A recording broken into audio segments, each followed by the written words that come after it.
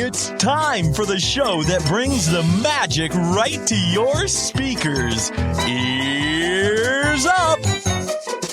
Hey, what's going on, everybody? Ears Up podcast. And man, I'm jazzed. I'm excited today, Eric. Number one, because I didn't die choking on my own saliva before the show. That was good. That's another one to add to the list. Yeah. I'm alive. I'm breathing still, but barely, much to probably a lot of people's chagrin, but I'm doing it.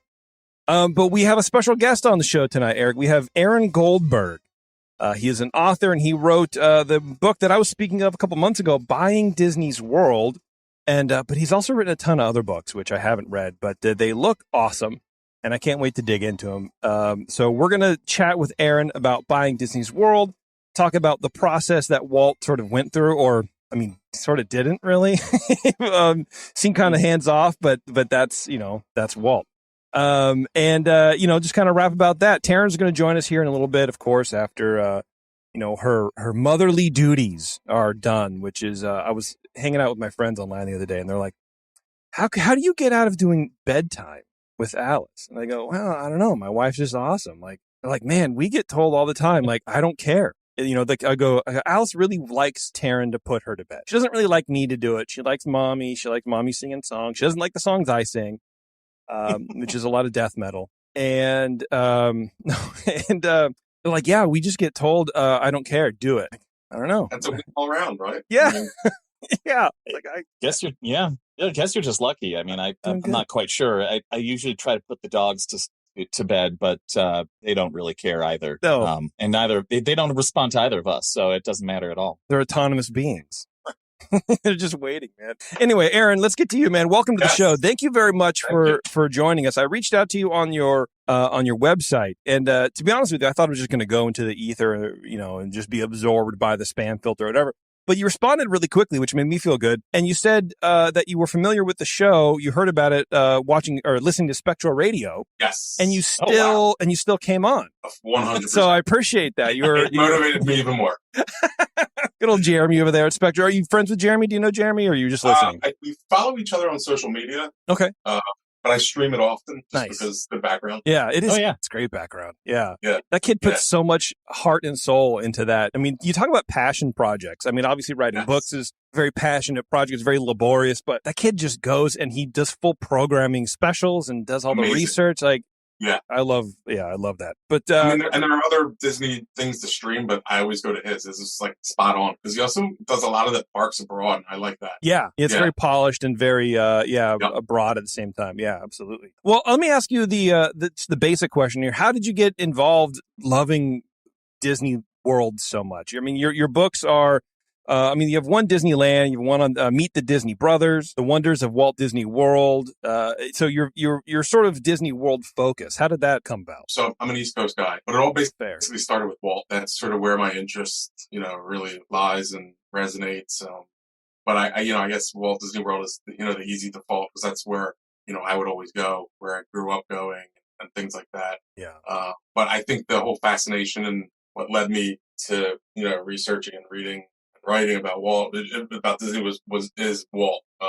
How do you not walk into Disneyland or Walt Disney World and not like just sort of like distill it down and be like, wow, this I hate to say one man's dream, but it came from one, this is I went to Marceline and I was, on the family farm and it's like, how do we get from here to there and to present day? It's crazy. It is incredible. Incredible. Yeah. Whoa. Am I a robot or are you a robot, Eric? Which one of us is running the algorithm today? And to create things that just so many things didn't exist before. True. Yeah. And you sound a lot like me where the history of Disneyland, this is how we got started in doing this podcast, is walking into Disneyland as an adult for, the first time. And you go, wow. And you just get so engrossed in the history. Like, how did this come about? What was the process? And how does it work? How do you make all of this work so flawlessly? And in Disney World, that story, like you get into in the book, is phenomenal. And it is, I don't want to say it's like a spy thriller, but it kind of is in a certain way. There's twists and turns that you don't expect. And I said this when I was first talking about your book, Taryn. You're on, by the way. Hi.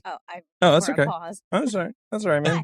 Just throw you in the fire. Why not? When I first got the book, I was like, I'll be honest with everybody. I didn't think that this would be very exciting because it's about real estate essentially. And then I got into it and I can't put it down because it's not because what you did with the book, and I was telling you a little bit before we started, what you did with it isn't just like tell a story about things that happen. You gave a lot of context to why they were happening, and you gave a lot of background into the people who were doing the happenings, right? If that makes sense. You got a lot of like full, not just quotes, a lot of books will take, here's a quote or here's a little paragraph from someone or whatever. You have full like transcripts of meeting and you go through whole speeches and you give the whole thing like 5, 6, 8 paragraphs about Walt talking about Epcot in his own words, the whole thing. It's just here it is. And it changed a lot of what I thought the book was about. Because it's not just about this is a land deal book. It's much more than that. It's about it's a journey that these people went on. Awesome. And I mean, this could be a movie. The way, you know what I mean? Like a Coen Brothers movie.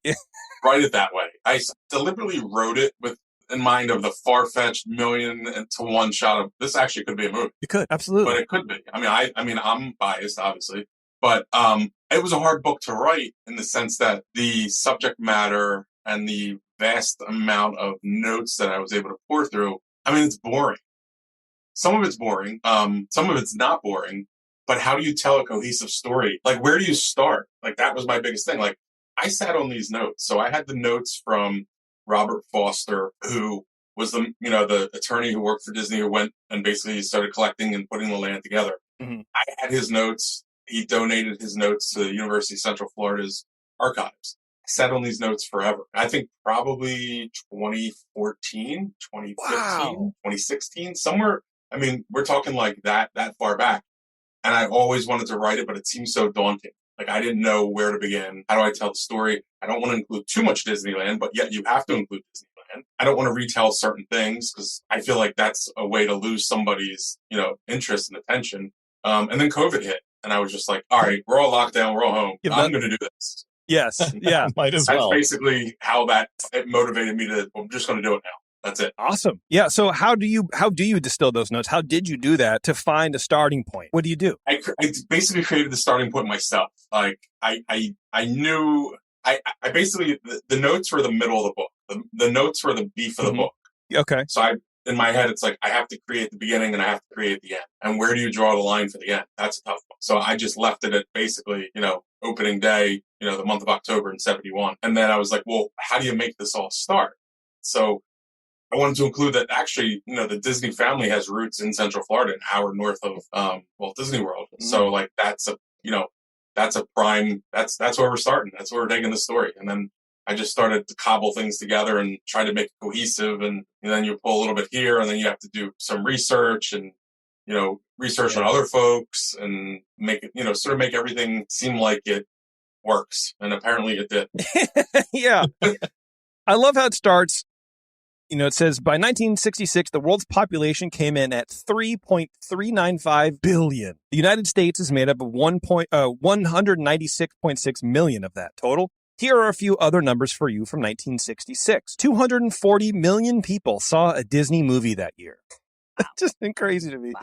100 million people a week watched a Disney television show. 80 million people read a Disney book. 50 million listened to a Disney record, 150 million read a Disney comic strip, and 7 million visited Disneyland. It drew me in.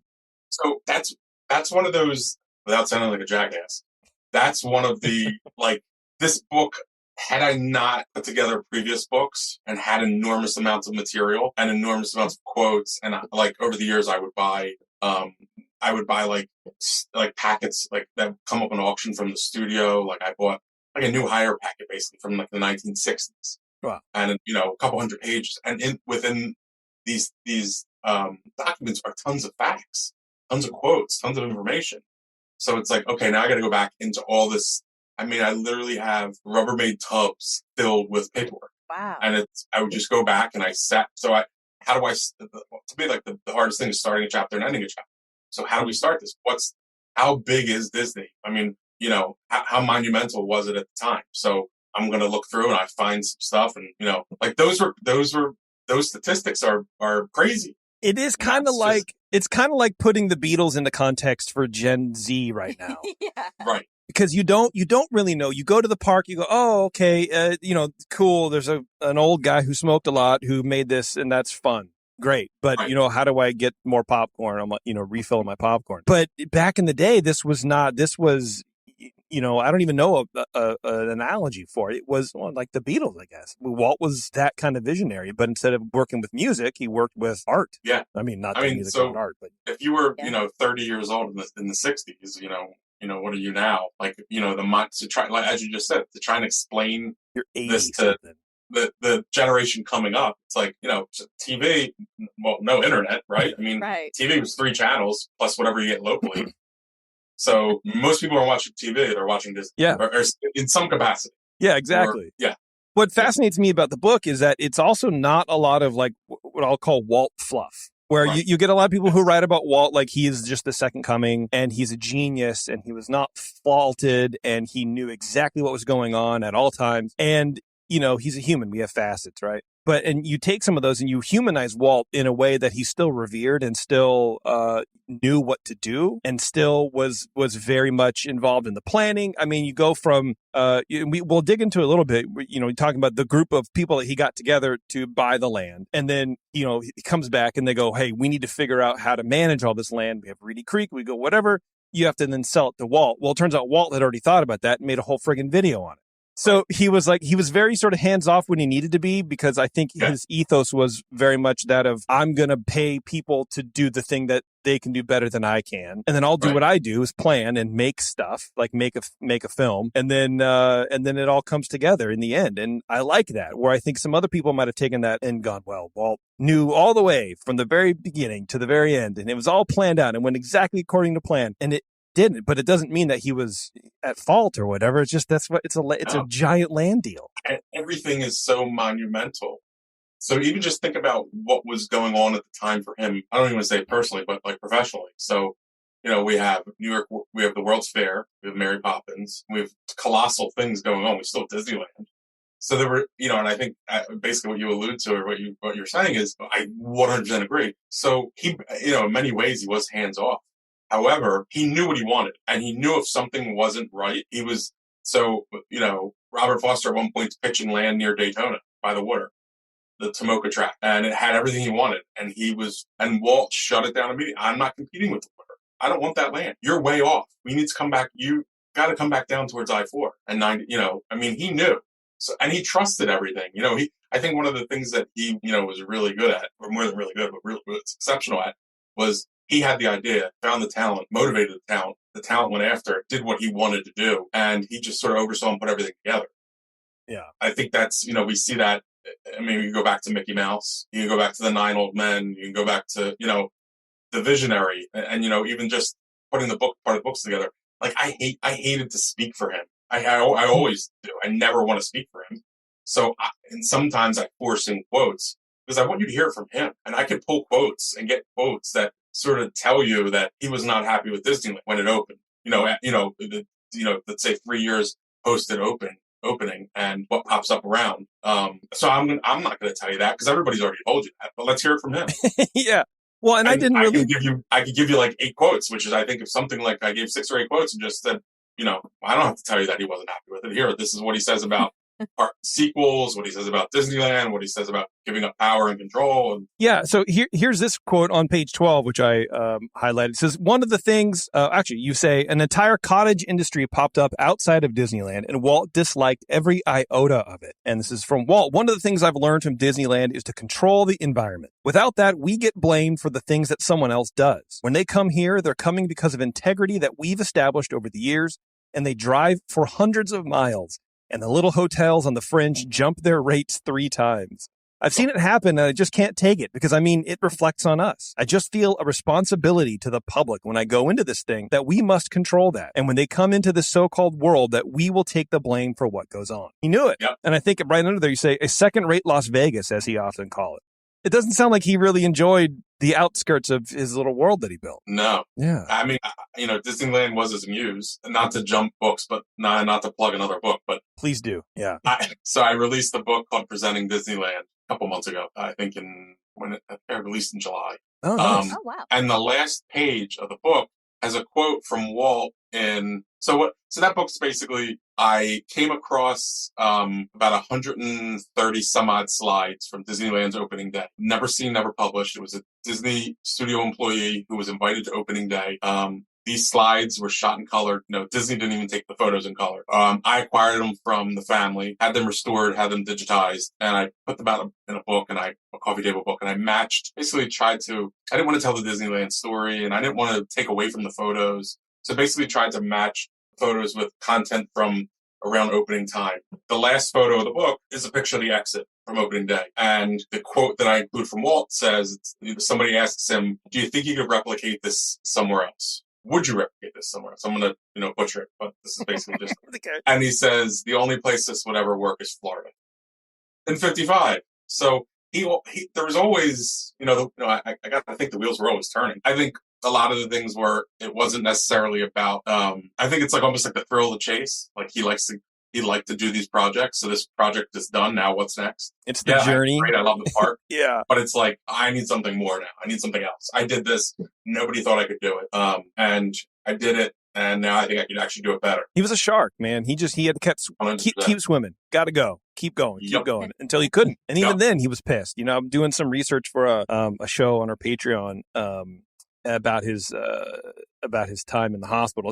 It's actually looking at where the conspiracy theory of Walt's frozen body came from and all that whole thing. And I'm reading about his stay in the hospital for like 2 weeks after surgery, and he's like, I need to get out of here. And I think going to the hospital was convenient for him because it was right across the street, but I think it was also worse for him because it was right across the street. He could see his studio going, I need to be there. I need to get going. I need to get back at it.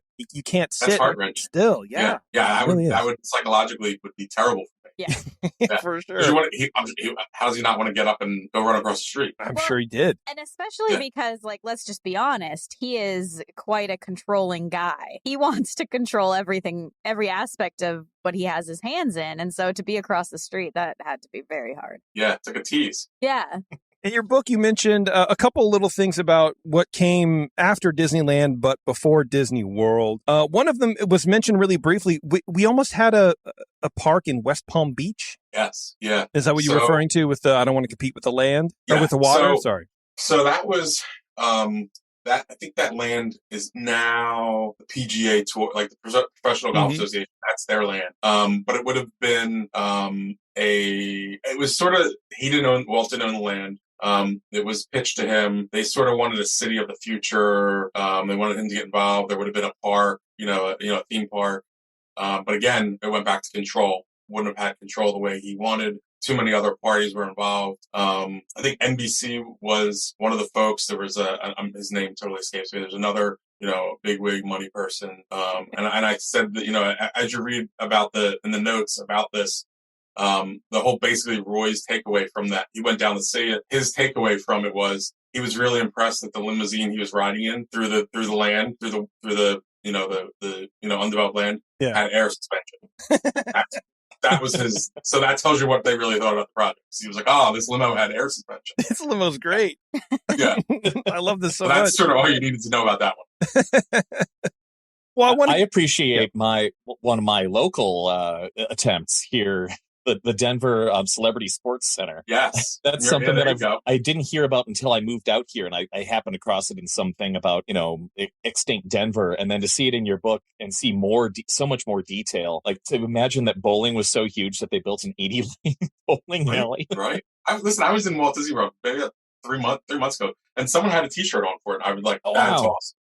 That's a hardcore. That's a fan. Yeah. Man, I love esoteric shirts that nobody buys except me. You really do. I really do. Let's talk a little bit about the CIA operative who was sort of in charge of getting the team together. I've always heard that, well, Walt had connections with the government or whatever, but it wasn't really like that, right? It was sort of, how did they know each other? So Roy calls their attorneys in New York City. Mm-hmm. Says, we're going to do a project in Florida. We need somebody on the ground. We also need them to keep their mouths shut. Who can you sort of guide us to? The founder of that law firm was basically the founder of the OSS, which was a precursor to the CIA. Okay. Wild Bill Donovan was his name. Don. So It doesn't sound like a real name, by the way. right, Yeah. So that's the referral that gets them to Florida. Wild Bill Donovan who worked under him was Paul Hellowell, and Paul was also a OSS agent, eventual CIA agent, and basically ran CIA throughout Asia. Had shill like insurance companies and banks that, if you dig further into Paul, fascinating guy. They would run guns, they would run money, drugs through his stuff through around the world. Yeah, you mentioned here that colleagues from those days recall that Mr. Hellwell, then a colonel, regularly used to buy information with 5-pound shipments of opium. Yes, yeah. I love it's such a shocking statement because it's like, do you think Walt knew the extent of what was going on, or he's just like, no, he can be quiet, he's good to go? So it's interesting. So Paul Hellowell's daughter read the book. No idea. Really? I had no idea. Got an email from her. I was a little nervous. Sure. I mean, all that stuff is factual. I Yeah. mean, I did my due diligence, and it's salacious, and I don't really want to sell something on being salacious, but you have to include it. How do you not include this? It's a fascinating little tidbit. So she sends me an email, and she says, "Hey, would you like to talk? Would you, send you my number? Let's talk." And I was like, "Absolutely." She's, Anne's wonderful. I don't know how old Anne's maybe 60s, 70s.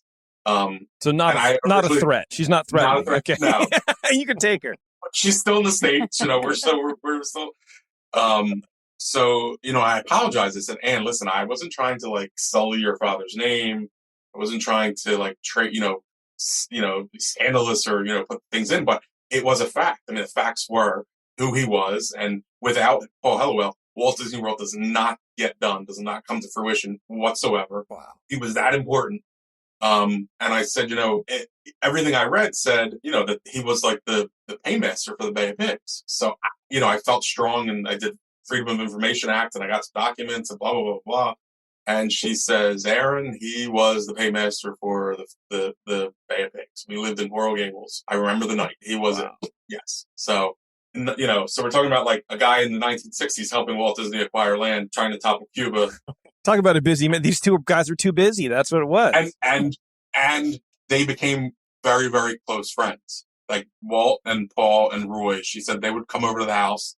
They sometimes would actually spend the night. And, as I was a kid, I had no idea what was, I just knew Walt Disney was in my house, but, they were more than business associates at that point. They became friends. They were valued each other. And, it's not like you could go Google somebody and, figure out, hey, he's whatever he is. But obviously Walt knew enough to know that this guy got things done, and he 100% got everything done, because if it wasn't for him, it wasn't happening. I feel like those are the people who you don't ask too many questions about anyway.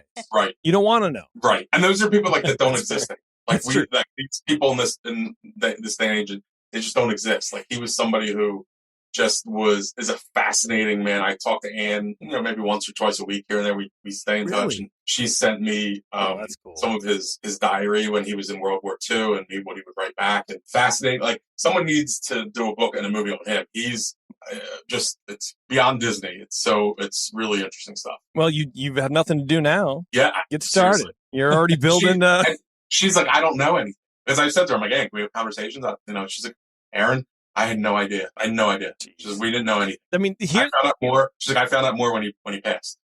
That's always the way. I think that's the generation. Yes. The greatest generation was like World War II, or Korea was in the 70s. But still, even then, it's like you just don't talk about it. Don't bring it home to your family. Nobody knows about it. And then afterwards, like my grandpa was in World War II. Yeah, and he was flying rescue missions or whatever. And my uncle, he's like, I don't know. He never, ever talked about it. I still don't know to this day. And you can like look him up a little bit online now and sort of see, but there's no counts, right? There's no like, I flew in, went to this island, picked these people. Like there's no writings, there's no diary, there's no nothing. Like sort of a shame in a way too. Yeah. Yeah. It's because it's a huge part of history that there's so many stories to tell. Yeah. And, so I think one of the, the interesting things about Paul Hellowell and Anne. So Anne said, listen, I know what is said about my dad. I know I Googled him. I read in the book with, what you said about the opium. She's like, he loved his country. He would do anything for his country. And that's what he did. he followed orders and did what he was supposed to do. And I was like, well, can't fault him for that, right? I mean, did what he had to do. Did what he had to do, man. And helped create Walt Disney World. Yeah. Look, you take the good and you take the bad and you take them both and whatever. Facts of life. Yeah, you have the facts of life. Thank you very much. So Hellowell, if I remember correctly, and, had the group of people and they were using shell companies to buy all this land. So they scattered out a bunch of land. Walt finally decided like, hey, this is what I want. Go get it. And I'm obviously truncating a lot. Yes. Because even in the middle, this is why I wanted to have you on. All I would do, because I sat here and like marked pages of the book. I'm like, okay, this is really fascinating. And then I'm sitting here going like, how can I make this into a show? I can't, because I would just end up reading the whole friggin' book to everybody. Like, okay, here we go. Part 1, page 149. I got some time.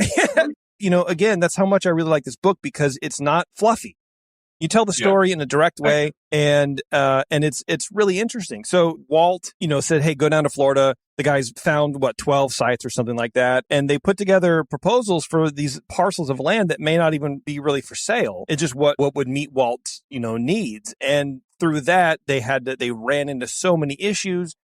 What are some of the issues people are running into? I'm thinking specifically of like the mining rights. Let's talk about that for a little bit, because talk about things you don't see coming. Right. Like, and real fast, go back to what you said about the shell corporation. So Anne will say her mom would often joke around years later that she owned Walt Disney World before Walt Disney owned Walt Disney.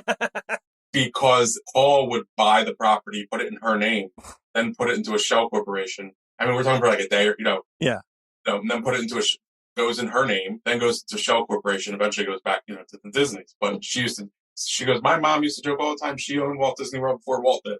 Because she would get the land, my dad would put the land in her name, and, my dad, she's like, my dad was an attorney, aside from being, an operative, he was an attorney, and always used to say to us, don't sign anything, you read everything, before you sign, read everything, digest it, and make sure, everything's on the up and up. And my mom used to joke with him and say, you want me to sign this? I'm not signing this. What am I signing here? But yeah, so that as soon as when you said the show, that always pops in my head when it's like, oh, my mom owns it before Walt owned it. That's funny.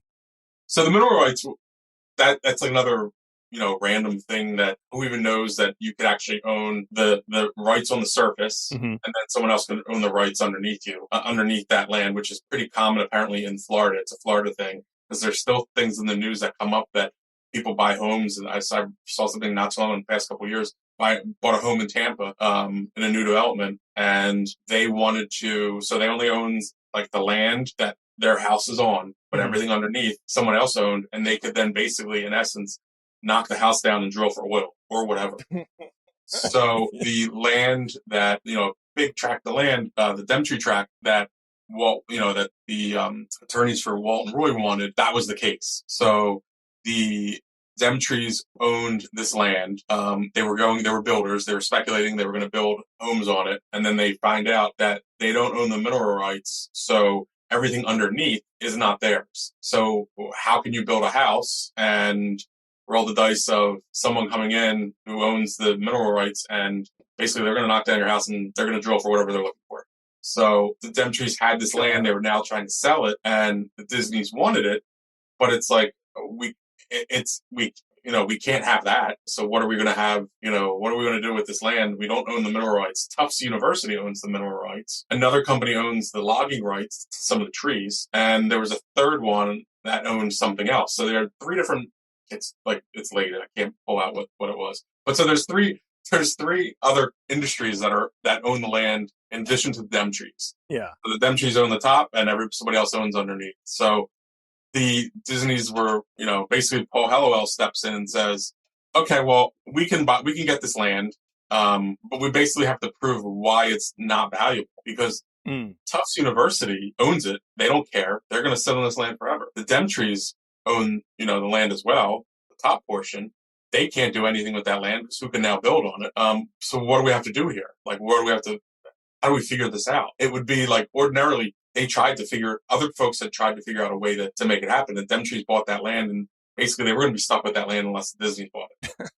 So Paul Hellowell says, oh, Tufts University. I had a college friend who is the head of a bank, who sits on the board of trustees for Tufts University. I'll make a call. Makes the call, goes up to Boston, basically, tells Tufts it's an asset that you're not going to use. If we don't buy it, the Dempseys could default on their mortgage, and no one's going to do anything with this land. The land's garbage. It's basically swampland. What are you going to do with it? If we buy this land, we're not saying he wasn't saying it was Disney. We buy this land, we can do something with it, and you own so much more of the land around it. Again, we'll end up buying more. We'll take options on more. Universities need money; they don't need land. I mean, that's sort of like the gist of the. But it was a pretty complex methodology of how he got to that. Yeah, and it's a really fascinating story. I butchered the hell out of it, but that's just so he basically Tufts signs the rights over for like $9,000. Some ridiculous steal. I mean, just the I don't know the feeling of pride. I think Helliwell. I wonder. It seems like him and Disney are sort of maybe a lot alike in that it's the conquest. It's the I want the thing. I'm going to get this thing. I'm going to get what I want, no matter what. Absolutely. I'm going to run it down. Yeah, and that's the end of it. And we're going to make it happen. Right. And I don't think if those two don't collide and intersect, it just doesn't happen because they come up with another problem with another parcel of land. They were basically going to do, the state was going to do eminent domain on the land and take the land. The Disney's Paul Helliwell wanted that land. A state senator, Orlo Bronson. So if anybody ever drives around, Walt Disney World, there's, an Orlo Bronson highway. Right. He owns land everywhere. It's a state senator. And he comes to find out that the land that Disney wants, the state's going to take and do eminent domain, and they're basically stealing it from him monetarily. And he's pissed because he's also in the state legislature. So these are his peers, his cohort, his group is, basically taking the land from him. That's right. Yeah. So Paul Helliwell says, well, who's taking this? Like what, division in the government? And, he says who it is. He goes, well, Paul Helliwell owned an insurance company, and the insurance company, had ties to this person, ties that. So he knows the head of that agency who's taking the land for the state, fills that deal, gets the land for the Disneys. And that's basically, I think, the land for the animal kingdom. See, this is, I changed my mind. It's not a movie anymore. It's a limited run 5-episode series. Yeah. That's even better. I'll take it. Each with an hour and about an hour episode, maybe 45 at the least. But, you need to see these things. You can't, you gotta, you're right. You have to talk about that. You have to put it in, and because it's, I guess it's more than context. It's texture, I guess is what it is. Yeah. Well, there was the microcosm, there's the huge macro of these huge parcels, but we didn't really touch on was, so in early 1900s, you could buy a parcel of land called Munger Farms, 5 acres, $5 a month. I think $5 down, $5 a month, 5 years, it's yours. And they parceled it out, hundreds and hundreds of parcels. And I actually found an ad. I put the ad in the book of Munger Farms, buy the land, blah, blah, blah, blah, blah. So aside from those huge tracts, there are also these small little Munger Farm tracts. And Disney basically went around, and Robert Foster went around and started to gather up these tracts because they all would sort of connect, or there would be pieces in the middle of another tract, or, parts that were in swamps. So I think one of the best stories is Robert Foster goes to Iowa. They're tracking down who owns the land. And this land was purchased at that point 40 to 50 years before. So they're trying to find who owns what. They would call. If they wouldn't call, they'd send a letter. And eventually, if they didn't get a letter, Robert Foster would actually go and knock on doors. Knocks on the door in Iowa. It's, a family there. It's 2 sisters and a brother. Says he'd like to buy the land. They agree to sell it. And he says, can I, ask how how the family come about, there's stories of old, retirees who, before they were retired, there was a woman who, figured her husband's going to die before her. She's going to retire in Florida. So she would skim money every month and buy a parcel of land because she was going to, retire in Florida. Women, so you can't trust them, man. Right. Seriously. So he speaking to this family in Iowa, and 2 sisters wouldn't divulge. They just sort of ignored the question. As he's walking out, the brother comes over and he says, my sisters don't like to speak of this. They think it's ill-gotten wealth now that we're getting money for this land. But my father won the land in a high-stakes poker game in Texas.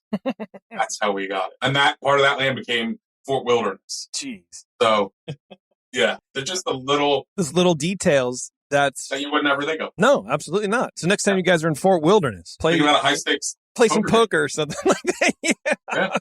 Yeah. Yeah, this lends to the miniseries though, because there's so many names, so many characters involved. You can't tell that story quick and easy. Like there's so many people to keep track of, and so many interesting personalities like Robert Foster. And, I mean, there's got to be so many extra stories that we could tease out of all of this. I love it. You don't even need Walt in to be honest with you in this. No, because he's going to be in it in a little bit.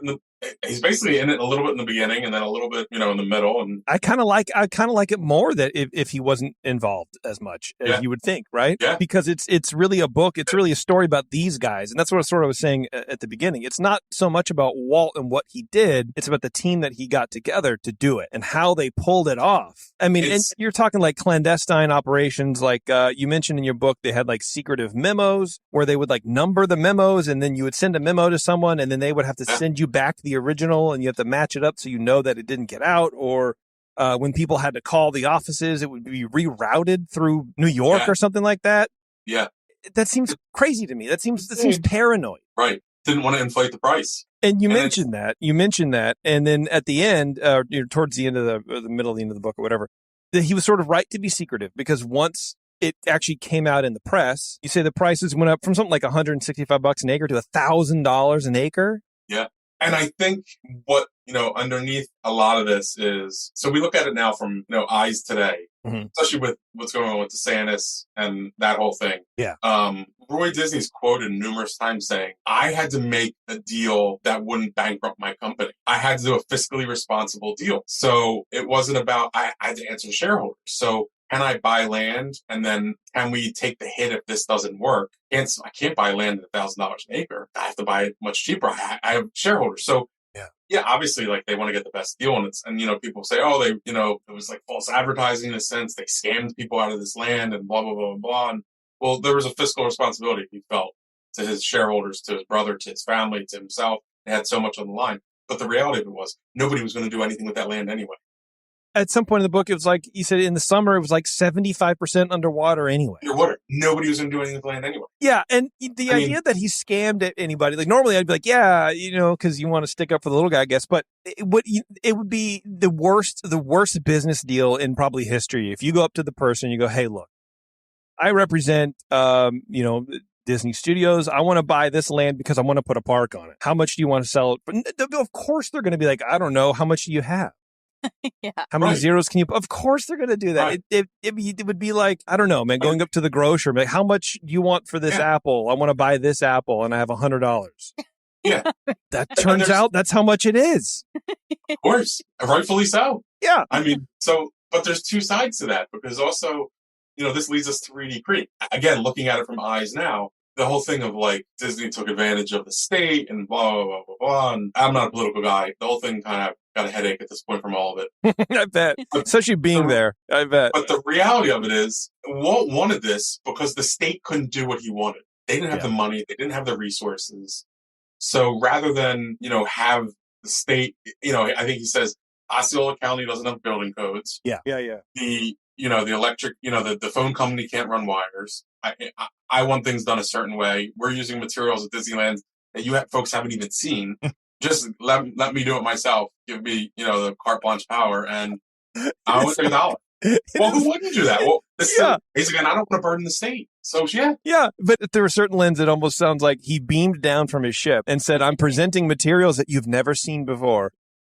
So allow me to, this is, I don't know, my boomstick kind of thing. It's very much like a technology. Yeah. Wow, look out.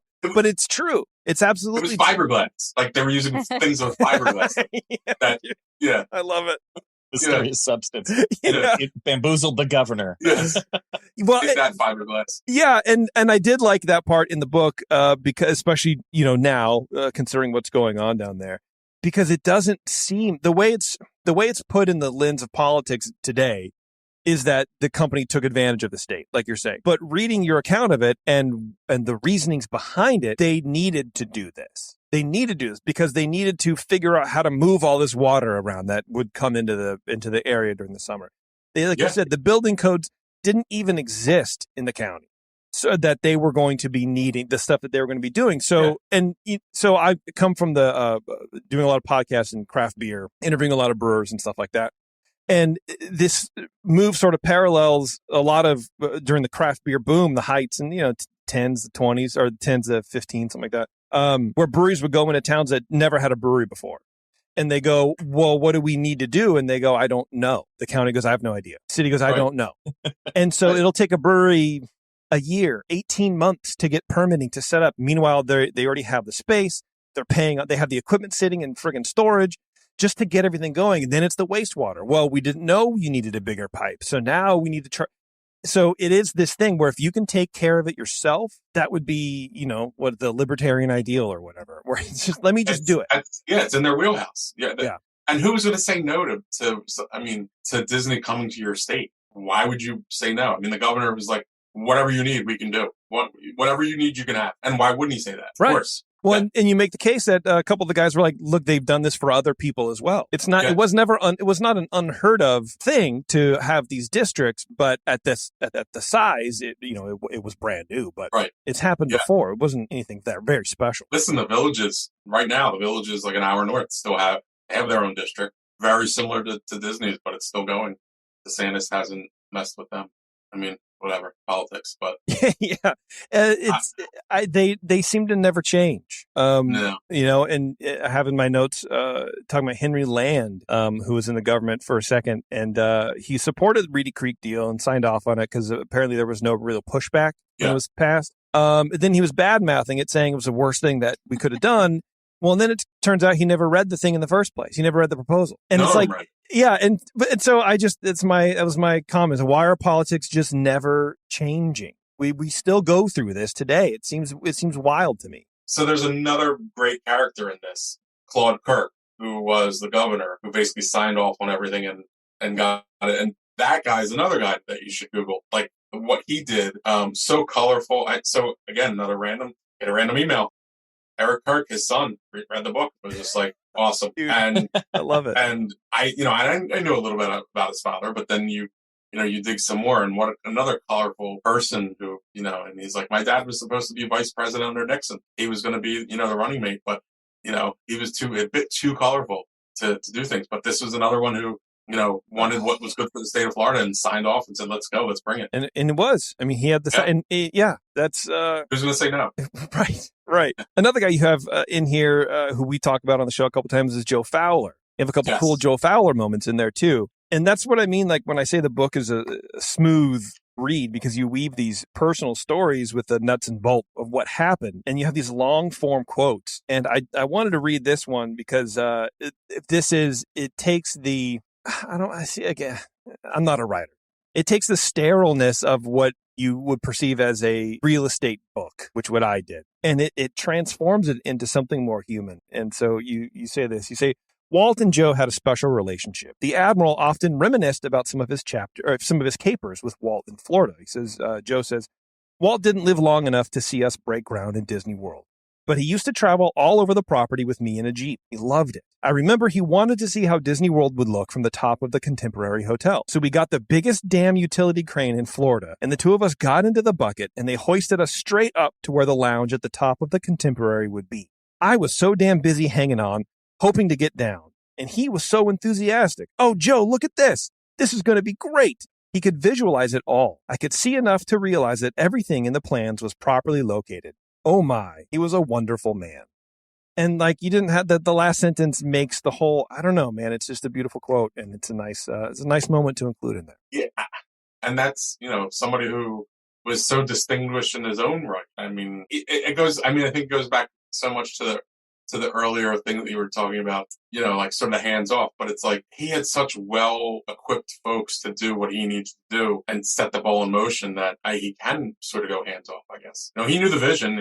He conveyed it. And then you have somebody like Fowler. It's like, that guy's quite competent. He's going to get done what I need. And if he thinks I'm doing something wrong, he's going to push back. And he's probably right. Yeah. Yeah. And those are the kind of people. Why he wanted him. Right. Yeah. That's why I think Walt was a genius, is because of the people he hired. And truly, like, from a business standpoint, from a managerial standpoint, he accepted those things. And I don't think you get a lot of that with high functioning CEOs or whatever. You don't, there's a lot of ego. And I don't think Walt, when he had it, but, he also listened to people too. And you tell a good story about how Fowler was hired. It's all like quotes in his, and I encourage people to buy the book for a lot of reasons, but read that because Fowler basically was tricked into working for Disney. Right? And it was so awesome. It's such a good story, man. But that shows you what a pitchman he was, right? Yes. Like that he bought in. Yeah. So much so he didn't know he got hoodwinked into the job. He didn't even know what his salary was. And it didn't mean anything. He liked this guy. He's like, oh, I'm in. We're going. Yeah.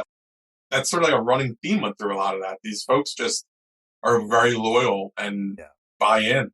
Yeah, you know what? Which is funny because you hear a lot of the rumors, that people want to say, well, Walt was this, Walt was a bad guy, he was mean, he was racist, whatever. And it's like there's none of these people who have, like yourself, who have dug deep into his life. Other people like Neil Gabler, all these other people, nobody's found anything. And I can't see people who are as, kind-hearted and focused on minutia like a Fowler would work with someone like that. It doesn't, none of that lines up for me. And it's just every time I read a little bit more about the people that Walt surrounded himself with, I'm more convinced than ever that it's all just, I'm Jewish. Aaron Goldberg can't get any more Jewish sounding than that. Well, it's true. I mean, the sphere of Jewish folks around him since the 1930s and folks that he gave a lot of power to, he was not an anti-Semite. I mean, he came in 32, basically revolutionized merchandising and marketing. That he was a Jewish guy. Marty Sklar, Jewish guy. I mean, I could go down. You could run down the list, and these are people that he trusted so much to, and had so much faith in and responsibility for. Blah blah blah blah blah. It's like, yeah, I mean, you get a big target on your back, and I think in a lot of ways Disney always has a big target. Him and the company in general, just it is what it is. Oh, sure. Yeah. I'm a big Chapek apologist too. I get it. I don't know, man.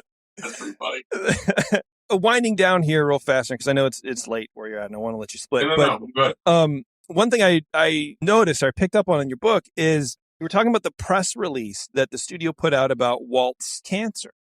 Now, like I said, I'm doing my own, weird little research for my show. And from what I read, the studio never put out a press release before he passed that he had cancer. But in the book, you'd mentioned it, and I'm absolutely not saying that you're wrong, of course. But no. I think I find it fascinating that everything that ever has been written about Walt Disney has been done. His life has been covered, right?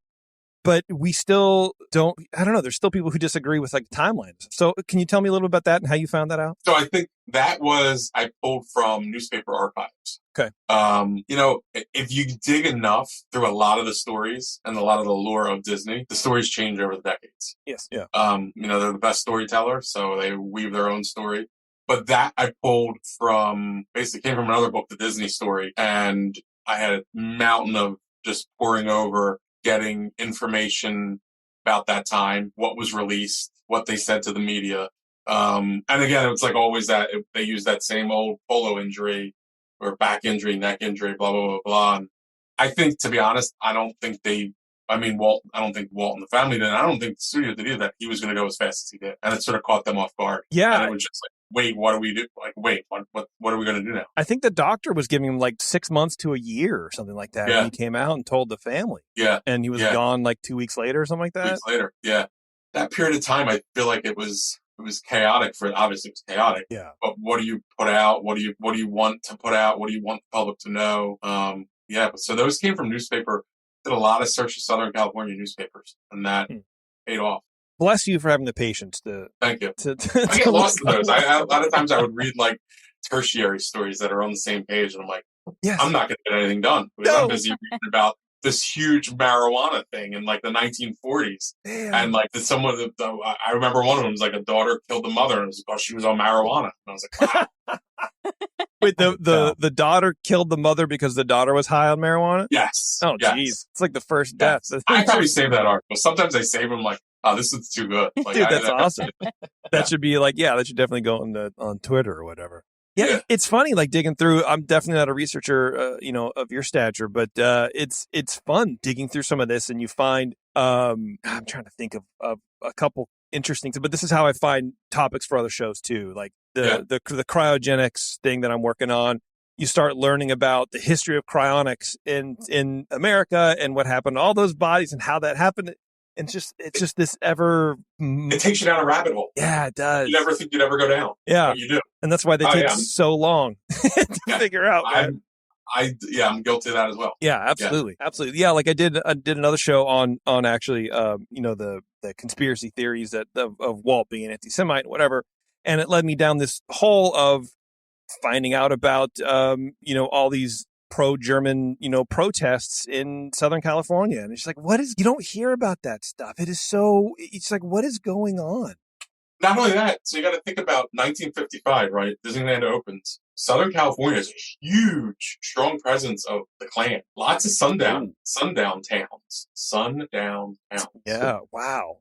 That unfortunately black folks would have to drive through to get to Disneyland, and they did. So we're also, other side of the country, that Jim Crow laws and the stuff going on with segregation. In 55, everybody was, all are welcome. And I have pictures that from the opening day, with a huge variety of folks in the parks for 55, 56. So everybody was welcome. It brought people together. See, I think that's another the environment was still pretty hostile. So, God, what a confusing time to be alive. What a confusing time to be a different race, a non-white. You can't even put a friggin' name on it, because it's like you go, you get verbally attacked in the street, and then you go to Disneyland, and then things are fine, but they're also not. I feel like you can never feel comfortable. That's a lot of trauma. It's a lot of generational trauma to pass down too. Like that's. Oh yeah. But I think it spoke volumes that I can look at pictures and see black folks there. Yeah. On 1955 opening day. Yeah. They felt safe enough and comfortable enough to go.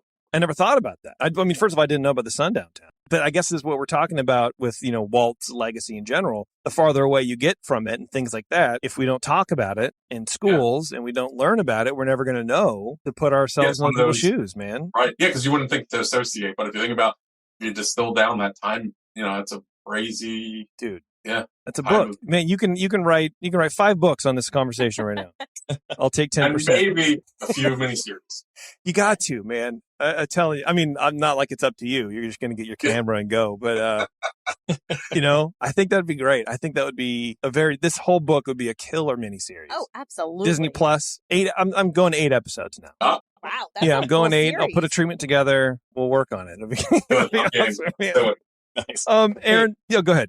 If you have time for one lighter mystery to address, Aaron. Absolutely. I'm curious. There's that parcel of land, that parcel of acreage that is now the Bonnet Creek Resort. Yes. That's always fascinated me, why there's this chunk that isn't owned by Disney that's surrounded on multiple sides by Disney property. How did they not get that with all the shenanigans going on, with all the really well done tactics? Were there any notes from Foster or any of the other guys who were working on this where they tried to get that parcel but couldn't? They tried multiple times. It took them a long time. So that's if you think about it, it's like its own little island there. So Disney surrounds it on 3 sides. I-4 is the 4th side. So they tried multiple times, made lots of calls, lots of letters. The person who owned it was, I think they were in China.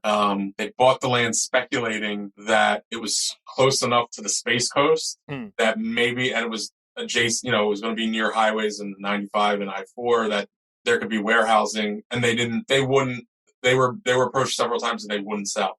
Disney just went about and did whatever and that Bonnet Creek, like it's an actual creek, runs through their property.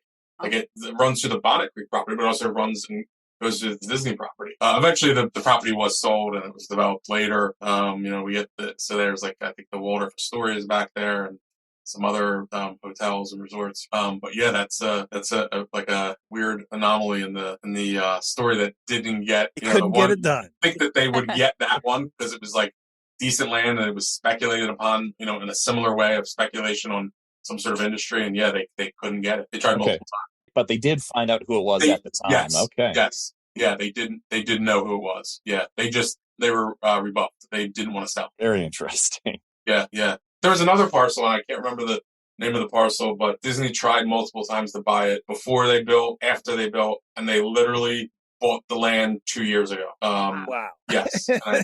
For Never 8 stopped. or 9 million. Never they stopped. wanted the land. Yeah, Jeez, man. I think it was 2 years ago they got the land. And I can't remember the name, but again, he was a farmer. He had a ton of land, and he basically was like, "I don't need the money. I'm not interested in selling." His family still owns the land, and they eventually 2 years ago they sold for $8 or $9 million. Yeah. Good. I wonder if they got anything else for it too, because in your story you tell, or in your book you tell a story about a family who was like, "Yeah, we'll sell this to you, but we want passes to Disney World and Disneyland for life." And they're like, "Yeah, okay, do it. Yeah. Got it." I think there was a woman she was in Miami and owned the land, and she says, "I want to send my grandkids." She didn't want to sell either, and she says, "I want to send my grandkids to college. I would like the money, although I also want the pass to Disney World and Disneyland." All right, how about it? Okay, gotta love it, man. Let's a couple things, and we'll wind down here. Epcot. Speaking of Epcot, I like talking about Epcot. It's fascinating to me. In broad strokes, or get specific as you want, whatever. Do you think Walt's original concept, because you have it, and like I said, you have basically the transcript of his pitch, the Epcot film, basically, in here talking about Epcot. Do you think his concept could have worked? Like if he had survived and he had lived, and it would have, do you think it would have made it from paper to physical property? I'm not a fiction writer. I'm not that creative. However, I often say there's like a good book or a good miniseries there. What if Walt lived another 10 years? Right? I think it happens. Yeah. I think the only person that could pull that off would be Walt Disney. Yeah. I mean, even if it seems so far fetched, I mean, his whole career is like bet big on himself. Didn't have enough money, but bet big on everything. Yeah. Things that everybody said he could do, he did, and he was way ahead of his time on a lot of things. Yeah, so he I really think was. I think Epcot would have come to fruition, because if you see the bits and pieces that that still linger, People Mover and things like that I think he actually would have pulled it off. I don't know, so even if he lived 5 years, if he would have got to the point of putting really detailed and how and whatever, I think they would have, really saw it through. But again, 2 weeks and he's gone, and that's that. Yeah, I wonder if it was also an infrastructure thing too, because in the pictures or whatever, it's like here's the idea for it, but then he dies and Roy goes, well, what am I going? How am I going to figure this out? How to make it work? I think it's a different story. Right. I think he would have pulled it off. I mean, interesting. I don't think I think even if he lived 5 years, he would have had something. Yeah. Something more akin to what he wanted. Something way more. Yeah. It's funny because that's sort of playing out here in Northern California. It actually just hit the news. I saw that. Yeah. I immediately thought of that. Yeah. There's an Air Force base up here, and there was a company, a shadow company, buying land around it. Something like 800 acres or whatever. And people were speculating on what is it? What's it going to be? And it's just a bunch of Silicon Valley people going, yeah, we want to build the city of the future, basically. I was like, oh, wow, this is just sort of Epcot 2.0. I've heard that somewhere before. Yeah. But back to the 1960s. Yeah, but I guess the county's like, it's not going to work because there's no infrastructure here. I mean, the weird highways we have out here are sort of cluttered anyways. What are you guys talking about? Yeah. But they're gung-ho on it. All right, man. I love the city of tomorrow. Why not? Go at it. There was somebody in New Jersey before I moved to Florida. I lived in New Jersey, and it was like Central Jersey, and he wanted to do the same thing. And he would run commercials on TV and try to getting funding, and he had money, and then obviously you just stopped hearing about it.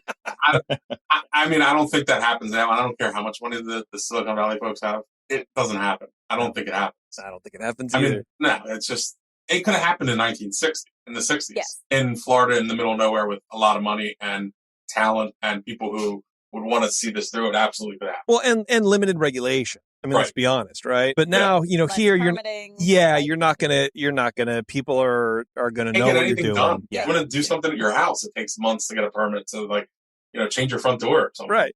You want to build a whole city? Not gonna happen. Not gonna happen, dude. No, sorry. A connected house. I don't know what's going on. Yeah, and that speaks to Reedy Creek again. It goes back to and they were green before. Like Disney was green and did environmental things before that was even a thing. Like they were very conscious of the wetlands and doing. I mean, they were. The whole thing now is just funny with DeSantis because back in 2003, 2004, when there was rumors that Comcast wanted to take over Disney and do the hostile takeover, the state freaked out and wanted to know what would happen should the property change hands. How does it work? How is everything going right now? And what would happen if somebody else were to come in and take over? And basically the end result was Disney's has been a great neighbor. They've done a marvelous job over the past 40 years. And the infrastructure is in place that it would be seamless, basically, if somebody else took over. They did everything the right way. Wow. You can't and that they hoped, and the state hoped that it didn't happen. Jeez. So. Well, that was before they were indoctrinating people, Aaron. I don't know Yes. if you knew that about them, but Craziness. they're heavy indoctrinating. Crazy. Okay, before we let you go, again, I've said this Yes. like 3 times now. I have a little 7 questions that I like to ask our guests. Lay 'em on me. And they're sort of, not really, one word answer if you can. They're sort of like the inside the actor studio question. Remember that old show, right? What is your favorite Disney attraction? Haunted Mansion. All right. Same. Yeah, same. I was hoping you were going to say barges, though, but There we got that guy back there. Nice. What is your least favorite Disney attraction? Ooh, We all have one. Mine is multiple. And it's called I gotta be honest. Autopia. Yeah, I have a couple too. I don't need to be on a carousel. I mean, I is get it fair. works. That is but, fair. But I don't need that taking up all that space. There you go. Okay, I like it. Pie-eyed Mickey or round-eyed Mickey? Pie-eyed Mickey. What old ride should they bring back to the parks? Oh, Now, you and Disney World have a lot to draw from, so I'll allow you that too. I'm going Epcot. I'm going Horizons. There you go. There you go. Mhm. What current ride should they remove? Oh, I got a long list for that one. give me 3. Basically anything that's been put in Epcot post like 2000. Is that a good answer? Not That's bad. great. That's great. Yeah. That takes a lot. Yeah. Yeah. Okay. Who is your favorite Disney character? I love Mickey Mouse. Classic Mickey guy. All right. Yeah. And finally, if you could travel back in time and meet Walt Disney, what would you tell Stop smoking. him? That is Yes. by far the most Can popular I travel answer. back in time and bring like a nicotine patch or some of that gum? Yeah. Hey, Walt, you know that kills you, right? Yeah. Yo, we need to make a switch here. Yeah, 9 out of 10 doctors don't agree. Walt. Yeah. It's, Yeah. you know. Maybe we'll bring a bad for vape you. pen or something. Can I show you how to vape? Can you imagine, man, now that would be a funny If bit he's- too. Like bring Walt into 2023, he's just hooting on a Yeah. vape pen, just blasting puffy clouds. Get into vaping, please. Oh, Yeah. man. Where I think Walt would have it like on the chain around his neck too. So you Oh, can yeah. just hoot So on yeah. it. Easy A access. little cartridge just on the necklace. You know, like they have like people have like Skittles flavored. He would have like chili flavored. Oh God. What was it'd be Scotch like mist. flavored? Scotch Yes. Scotch mist flavored. Yeah. I love a Scotch mist. What is it? Scotch and ice? Oh, okay. Yeah. Sweet. Definitely don't need the word mist in there. No. Yeah. Well, what you did is you missed the mixer. Yes. Yeah. Aaron, thanks, man. Go to AaronHGoldberg.com and you can learn about all the books that Aaron has out. So Buying Disney World is not your most recent. What was your most recent again? Presenting Presenting Disneyland. Disneyland. Let me tell you, check this out. I'm going to buy this book. If you go on the cover, it is a photo you've never seen. I know, Aaron, you said like all these photos are basically like never been seen before, but it's like I don't know. It'll freak you out. It'll freak you out if you think you've seen all the pictures of Disneyland. You haven't. Check it out. I've looked at a lot of pictures and I was like, that's the cover shot because. So good. There's a forklift and a scaffold and a whole thing. You're like, what is going on, dude? And I got Bob Gurr to write the forward. Did That's awesome. man. And it Bob tells a Gurr. funny story about Beautiful. opening day. About Okay. running over Sammy Davis Jr. That's Bob amazing. Gurr, man. He seems like a kick in the pants. Right? Yeah. God bless that Yeah. We were lucky enough to get Rolly Crump on the show a couple years ago before he guy. passed away. Oh, that's awesome. It was so good. We had to go through his wife because he was like hard of hearing or whatever. Yeah. And, we're talking about his book, which if you haven't read it, it's an awesome read. I have. It's amazing. So good. And, I haven't really done many book interviews. And so I'm like sort of going through the timeline of his book. And I asked him a question. He goes, well, it's all in my book. I'm like, okay. Yeah, I don't know. And then I was like, okay, All right. we'll let you go, man. That's And, awesome. Yeah. It's just, but it's like the class. It's just such a Rolly Crump thing to do. Just be Yeah. like, I talked about this already. What do you want? I don't read the know, book, sir. man. Gee, leave me alone for a second. Read the book. It's a good book. I think one of the best stories from that thing is there's a lot of good stories, but for some reason the one that sticks into my head it goes back to Epcot. I love Epcot. Was the electric umbrella. How they named somebody was selling electric umbrellas and thought they were like a pieces of shit and they were like terrible and he's like, but I said the name to Michael Eisner and he's like, oh, that's a great name. So he named the restaurant the Electric Umbrella. It is a I good don't name. know why it always stuck in my head. It's like, yeah, the umbrella was a piece of shit, but guys are like the name, so we got an electric umbrella. The name works. Yeah. The story that always sticks out for me from that book was the when he dropped off his date who was worked the front desk at the studio, and he rode into the studio on a motorcycle. Yes. Just dropped her off right at her desk and rode the bike out. And it's like, but Walt loved him. He had carte blanche, basically. I mean, he could just I feel like he could do no wrong. He was such a cocky ass. Handsome as all get out. And I was like, come on. How do you not just flex a little bit like that? Yeah. Oh, yeah. Anyway, Aaron, where else can people find out about you? You're on Twitter and all the social media? Twitter, Instagram, all the usual suspects there at Aaron H. Goldberg. Yeah. Cool. Aaron, I appreciate it, man. Thank you very much for taking the time. Yeah. Of course, my pleasure. We're going to take a quick break, folks. We're going to come right back, and we're going to maybe do a little bit of news and then wrap it up. So hang on, everyone. We'll be right back. Gee, sorry, guys, but that guy bought 14 churros. I'm all sold out. And now, back to the show. All right. Thanks for sticking around, everybody.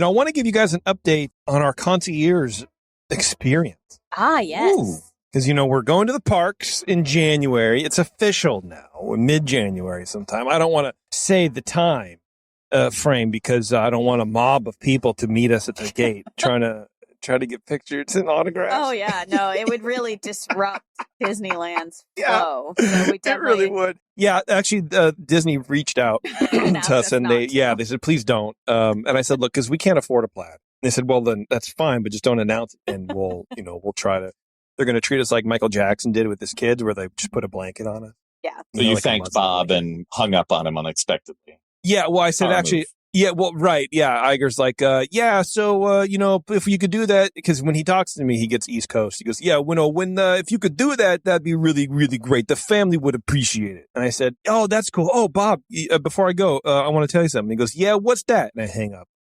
That's my trick. That's a good one. That's my one weird trick. No, we finally booked our thing. So, I was talking with Jimmy and I realized, talking to Taryn afterwards, that this is a perfect, if you're like us, concierge is perfect for you. Because the way we plan vacations is we go, yeah, let's, for example, we'll probably stay at the Marriott or whatever. And then we figure out where we're going. Look at the map. Go, oh, well, let's look at some other hotels because you always got to be price conscious, right? You got to fit your budget. And we look around and go, oh, well, what about the Anaheim hotel? Okay, well, let's look at that. We check that out and we go, oh, well, what about this one? Oh, well, the Candy Cane Inn's right here. Well, you know what? Just for funsies. What's the Disneyland Hotel? What's the California Grand? What about the Paradise?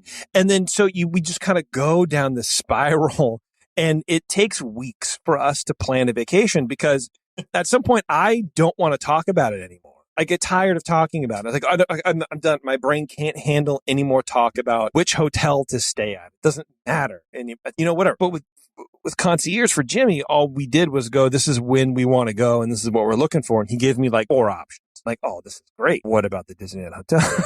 So I sort of made him do the whole thing that we do, but it takes half the time that it would normally take for us. And, especially now with Disneyland, you still need resis.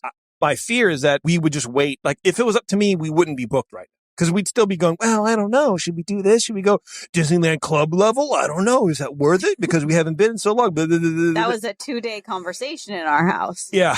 But Jimmy was helpful all the way through, and he got back to me right away with answers and prices, and we are officially booked. And I want to say from a different perspective, I am a planner. I actually enjoy going down these rabbit holes and not knowing which hotel we're going to be at, but researching all of them. And so using like a travel planner, there was a hesitation there because I do enjoy doing that. There's a part of me that likes that part of the process of vacationing. But I will say, like, working with Jimmy and working with concierge, it helped narrow the playing field, right? Like, it helped me just sort of narrow down my options and go, I can still look up every picture I can find of the Anaheim hotel. Because here's the thing, I'm a little bit of a hotel snob. So there's going to be certain hotels that just by the pictures, if I Google image search, I'm going to be like, nah, not doing that for 4 days. Sorry. And then there's other ones where I'm like, oh, okay, we'll see. Let's compare this to essentially the Disneyland Hotel, which I know what that's like. I know what the Marriott's like. Let's compare it to these other hotels that I know. Yeah. But it really did help. Like where we're staying is a different hotel than we've ever stayed at. And that is sort of an uncomfortable decision for me because I'm a hotel snob. It is. But I also trust Jimmy for one. I don't know why, but I do. Why? I guess he's too handsome to lie to us. Well, and because he's doing it for concierge, not for EarzUp, maybe. Okay. That's why I trust him. All right, that's fair. But yeah, I was still able to do some of my own research, but it helped, again, just narrow that down from like 100,000 hotels down to 5. Yeah, it was super easy because he quoted Paradise Pier, didn't quote Disneyland Hotel, and he said Paradise Pier Club level. And so we're like, well, first of all, don't ever put that seed into my mind because we are dumb enough to go deeper into debt to do that. But what about the Disneyland Hotel Club level? Why not? And then suddenly that was the bar that we had to meet with everything. Then now it's like, well, if it's not the club level, then what else is it really going to be? Dude, you guys, like, is it really worth it? Oh, the Disneyland eyes or Disneyland glasses. Like they talk about rose-colored glasses. Yeah. There is Disneyland glasses where all of a sudden you're like, oh, like what? $5,000 to stay at a hotel? That's like nothing. It's fine. Yeah, well, and then we go, well, but it includes tickets. Yeah, too. it includes tickets. It's not that bad. Yeah. No. And then you look at the price to go to the Anaheim hotel, it's like $2,000. You're like, oh, okay. And honestly, even that didn't trigger for me until I actually went and looked because I wanted to see the Disneyland hotel. Wanted to do it myself. Because I needed to see it. And I saw that it was $850 a night or something. And I was like, okay, what are we doing? Oh my God. We're talking. We're having fun. We cannot do that. We didn't win the lotto. Like, why are we even entertaining this idea? But we entertained it for a very long time, but we're not doing it. It was fun while it lasted. Because now we can buy stuff in the park. Yeah. Like food. Yeah. To eat.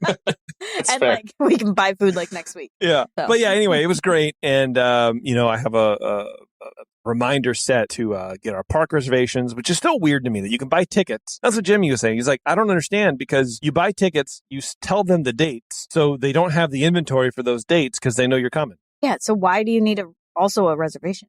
And I can't make a reservation until next week. Especially if you have park hoppers. And I already bought. Right. It's not like they need to even know which park you're going to be in. You're going to be in both.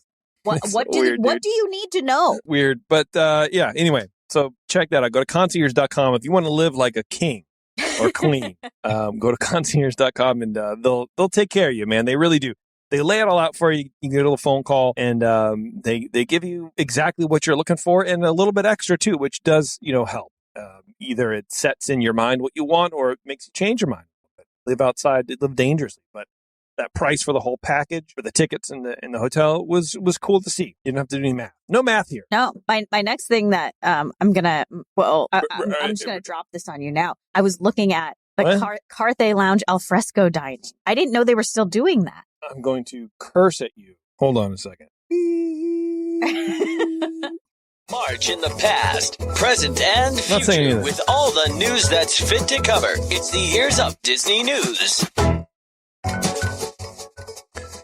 Oh, all right, everybody. Let's do a little Disney news. We're going to wind down the night, huh?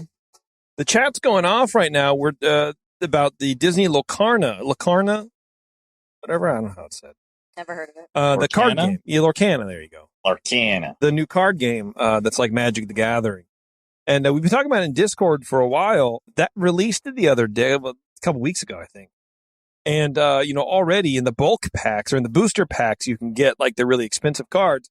And people were on eBay, of course, selling them for $1,500 or whatever. Jeez. And I have my gaming friends. This dude, he's like, I paid off my medical bills, fixed my car, and bought a PS5 with a game from selling individual Locarno cards on eBay. He just went and bought like 5 booster packs, got a bunch of friggin' cards, sold them, and there you go. That is wild. Yeah. And so RGH, he's in the Discord last week and he's like, yeah, I, went and found a bunch of packs or whatever. I'm like, are you going to split those up and sell them? Well, no, you should. You're going to make a lot of money on them. If you pull some good packs like that Simba, there's a Simba foil card or whatever. So each booster pack is guaranteed, I guess, to have a foil card, and those are the expensive ones. Okay. And the Simba is like $1,500, going for $1,500, $2,500 on eBay. Yeah, already. Jeez. And so my thing is, like, if you want to play that game, buy the decks now if you can, buy the booster decks now, and just rip them apart to sell them, because they're going to reprint.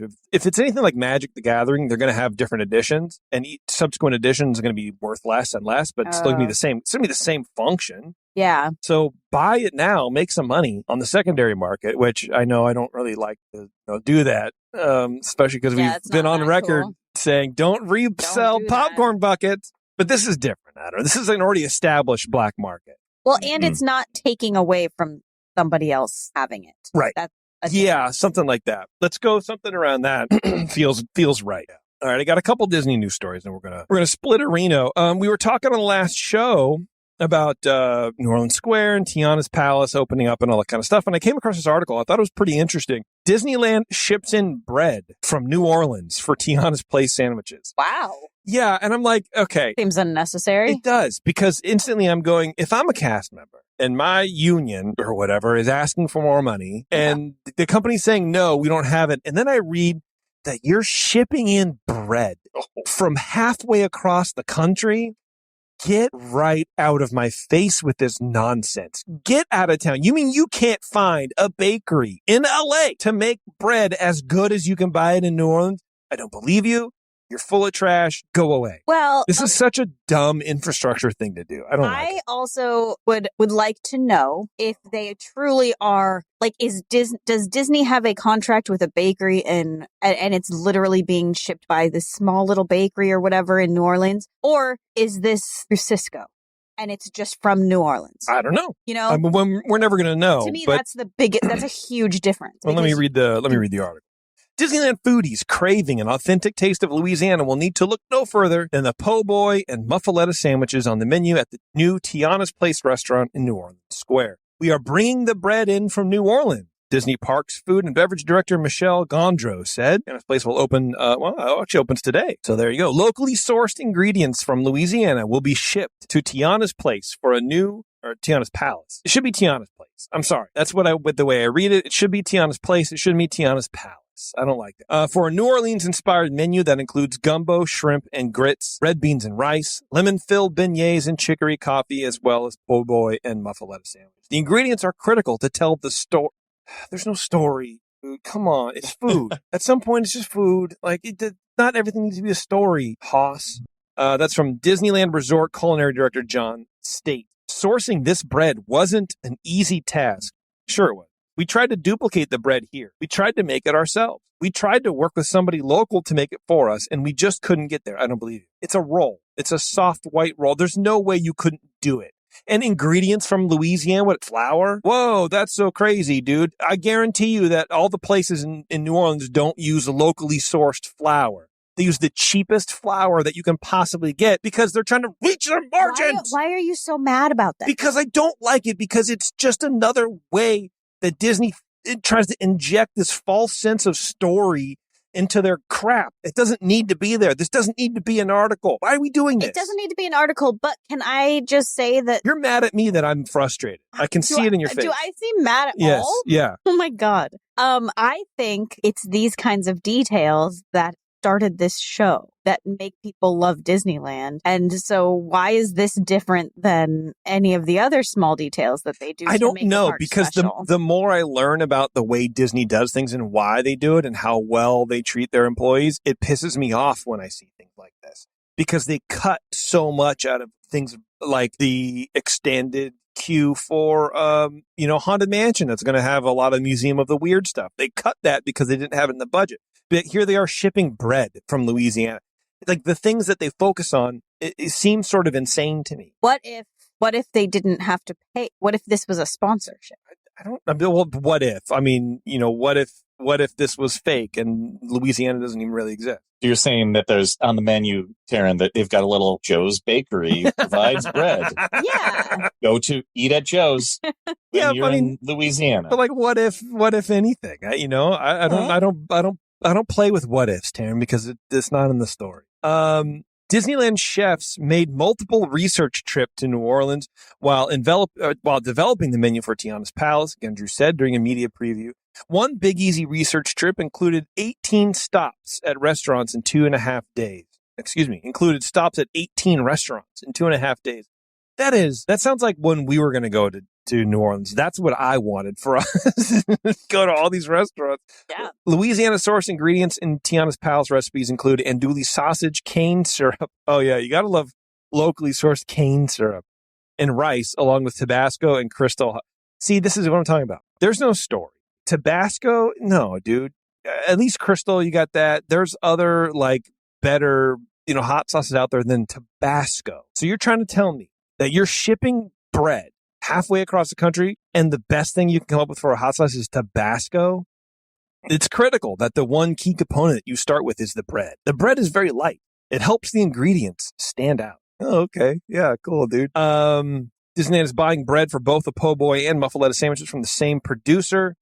Disneyland chefs won't say which bakery is supplying the po' boy rolls and the muffaletta loaves, how often the shipments will be arriving, and whether the fresh bread will be traveling cross country by plane or truck.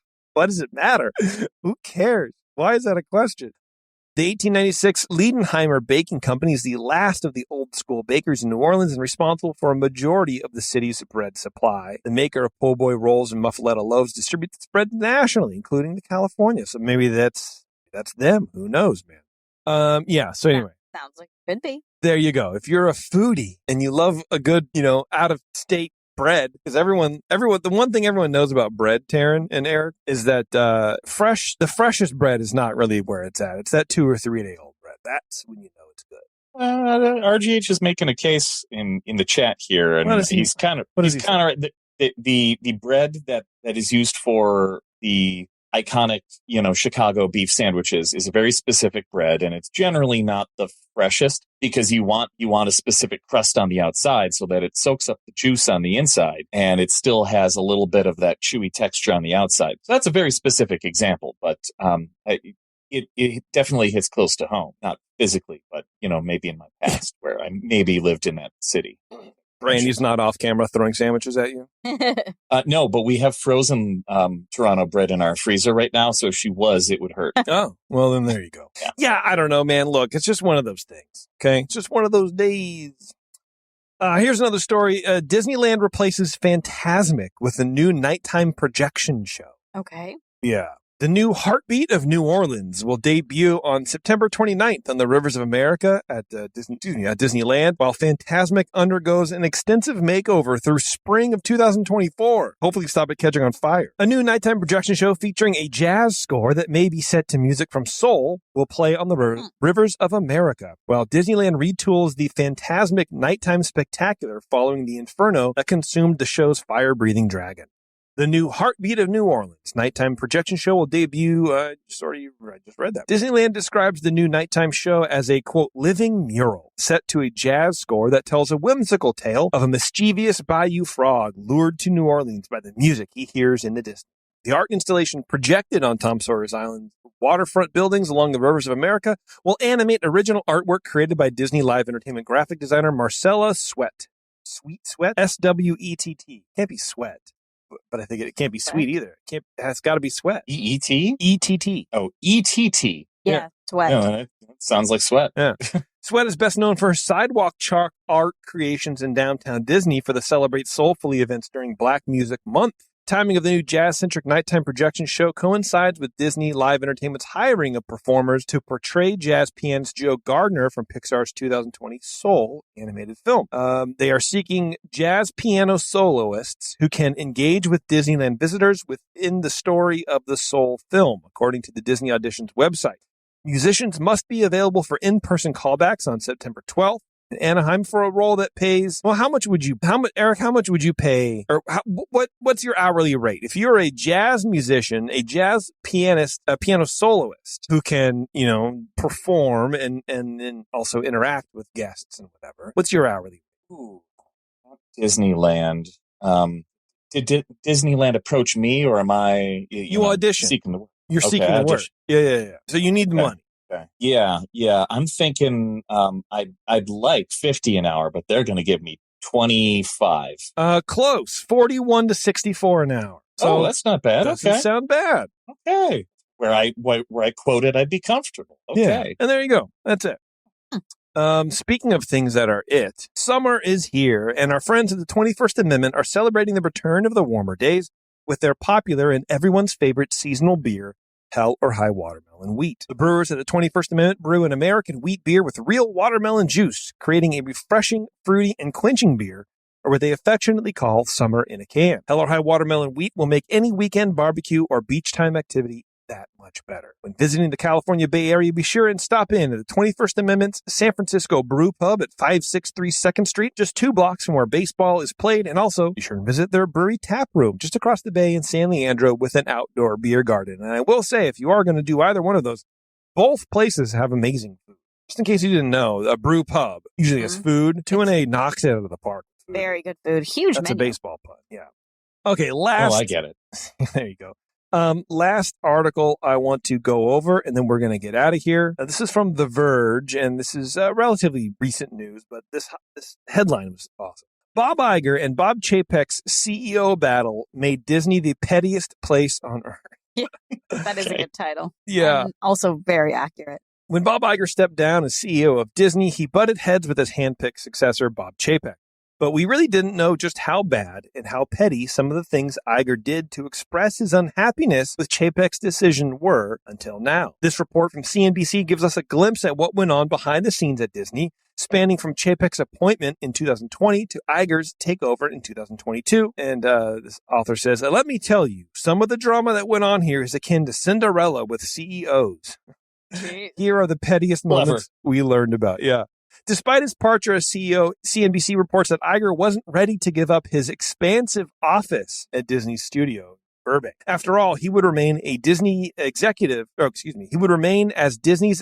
chair for the next 22 months. The office came with a private shower that Iger reportedly used following his 4 a.m. workouts. Wow. 4 a.m. You're up before 4 a.m. What are you doing? Yeah. On days when Iger would have to attend an event later on, he would take another shower in the office. Iger told Chapek, quote, that he lived for those 2 shower days. Jeez. God, touch grass, kid. There's more to live for than taking a shower twice a day. Meanwhile, Chapek was left with a smaller, showerless office on the same floor. Imagine you're like sharing a wall with a guy you replaced and you hear him humming in the shower and it's just the shared wall. Oh, man. It's like the Odd Couple, but weirder. Yeah. As reported by CNBC, Iger's office bathroom had some choice decor, including a framed collage containing newspaper and magazine clippings about Disney's acquisition of Marvel. That's amazing. Bob Ego over here, man. Wow. There was also a modified movie poster of Clint Eastwood's The Iger Sanction, which follows an assassin who exits retirement to take on one final job that replaced Iger with Iger. It's E-I-G-E-R. What a freak, dude. Iger started regretting the decision to make Chapek CEO as early as 2 weeks after Chapek's appointment. When Iger, Chapek, and other Disney executives flew to North Carolina for Disney's annual meeting, CNBC reports that Iger gave Chapek the unexpected task of leading the question and answer session instead of Iger, even though the new CEO had only attended one annual meeting in his 27 years at Disney. Oh, geez. CNBC reports that following 2 hours of general preparation with Iger, Chapek went to a private area at the back of the plane to study the information he needed to know. Iger apparently didn't like that. He reportedly told his friends that when he realized he may have made a mistake, as he thought Chapek would work with him side by side for the next 22 months instead of doing his own thing. I'm sorry, this reframes. If you ever thought Chapek was a dunce, this should reframe everything for you. Iger is such an egomaniac that he can't handle another grown-ass man, a successful businessman, moving to the back of the private plane to study. That blew his mind. He can't fathom that. Why would you need to study over there? Why can't you study before me? I know everything. I know the whole thing. But what if you have questions? If you get, I'm right here. I'm right here. Yeah. What if you want to know how much we spent on that? I know. But if you're way out there, you're too tired to come over here. How are you ever going to know? Man. Even as executive chair, Iger was reportedly miffed at Chapek. Miffed. People don't use the word miffed enough. I love that. Miffed at Chapek for not including him in company decisions. CNBC reports that Iger privately vented to his friends that he, quote, felt like he was on a bus, that the other passengers wanted him to drive, but he couldn't reach the steering wheel. Well, and that's why he's back. Picturing a tiny Chapek now. A tiny Iger. Like, I can't reach it. I can't reach the steering wheel. Mommy, help me. Mommy, Daddy, help me, please. I can't drive the bus.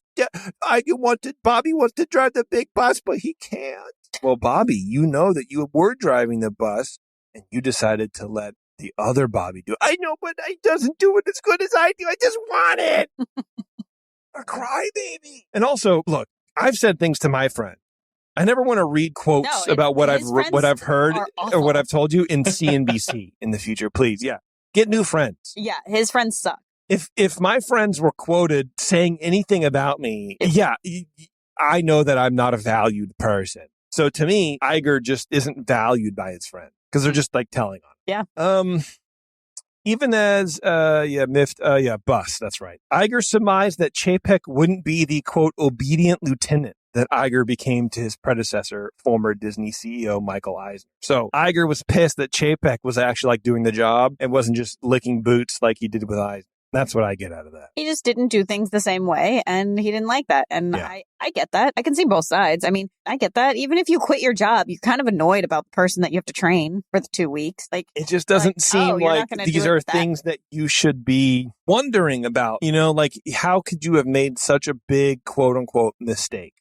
I don't know. His judgment is just weird. In the midst of the COVID pandemic, a report from the New York Times suggested that Iger had, quote, effectively returned to running the company even after Chapek's appointment as CEO. Iger didn't deny this claim, writing in an email to the Times, quote, a crisis of this magnitude and its impact on Disney would necessarily result in my actively helping Bob and the company contend with it, particularly since I ran the company for 15 years. This didn't sit well with Chapek, who called up Iger and said he, quote, didn't need a savior. This is petty. I love it. What? They just do not like each other. No, but honestly, I'm full steam ahead on Team Chapek more than I ever have been in my entire life. This is awesome. Good for Bob Chapek. I swear to God, I don't need a savior, dog. Go away. Go away. You elected me to do this job. The board signed off on it, and now you're being a dick. Go away. I don't need you.